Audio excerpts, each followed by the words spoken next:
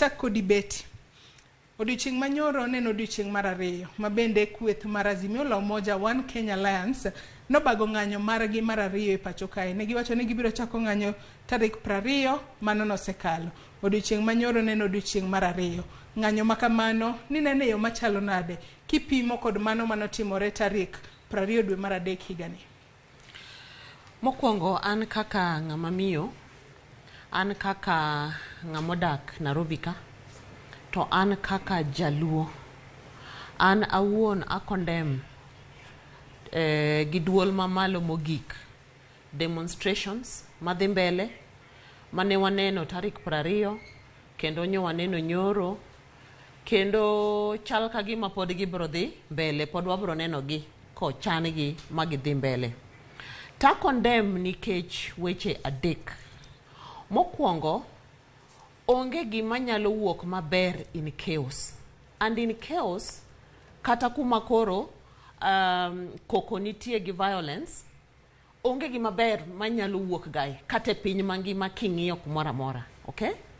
Mar ariyo, chik kata katiba wa omiyowa wa Kenya waduto thuolo gi ratiro mar timo gimiluongo ni peaceful demonstration ka nitie wach or issue ma ng'ato dwa demonstrate about.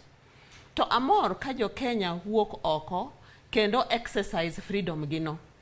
But gima kenda do wache wach freedom no. Freedom ni mar demonstration okonego bed ni mayo ng'am machielo freedom ne mar dhi mbele gi tije mapile pile, tije modhi mondo yud kaka dang ochiem odiechieng' no, kendo oko miyo wathuolo ni mondo wakel koko kata wating gimora mora miluongo ni weapon kata kidi en weapon. Okamano. Mar adek, ka watemo ng'iyo ni to ang'o momiyo ng'anyo gi nitie? En ang'o? What is the issue? Ka wawinjo ka chiko ita mos e mrengo mar Azimio One Kenya Alliance, gin official opposition. Okamano.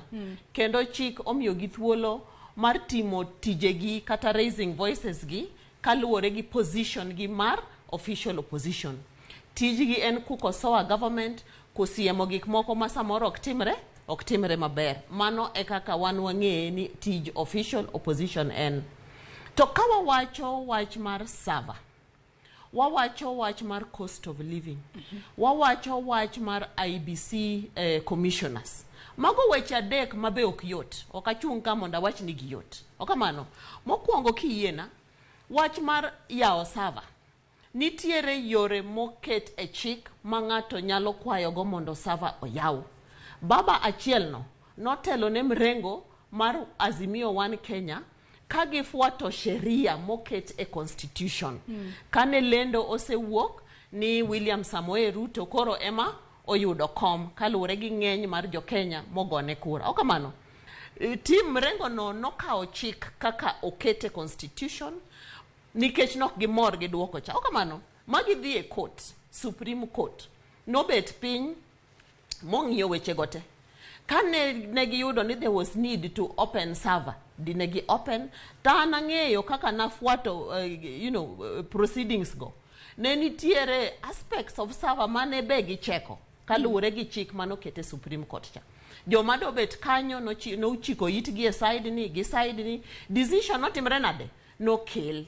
Ano kaneno ng'ama noting'o kidi obayo ng'ato chieng' mano land Ruto. Mokwongo ok naneno ng'ama noting'o kidi mo demonstrate ka koro Supreme Court notima ng'owa nokelo weche ni koro gi confirm ni Ruto is the duly elected president mondo swearing inotimre nade odhi mbele. Ma wan go sani ni is so many months later to ka en server mar adier. Wawe bedo joma ng'iyo ni wang' ng'ato nitie ololo maduong' moloyo kidi manie wang'i. Iwinjo kamano? Nikech kata ka wang'iyo ODM wuon kata sani nitie joma onego bed ni ng'anyo kaluwore gi server mar ODM manok oyaw during the nominations. Wawinja ne pach mesha kodedi se lero kanyo makare ahinya gik moko adek mabende nokimoro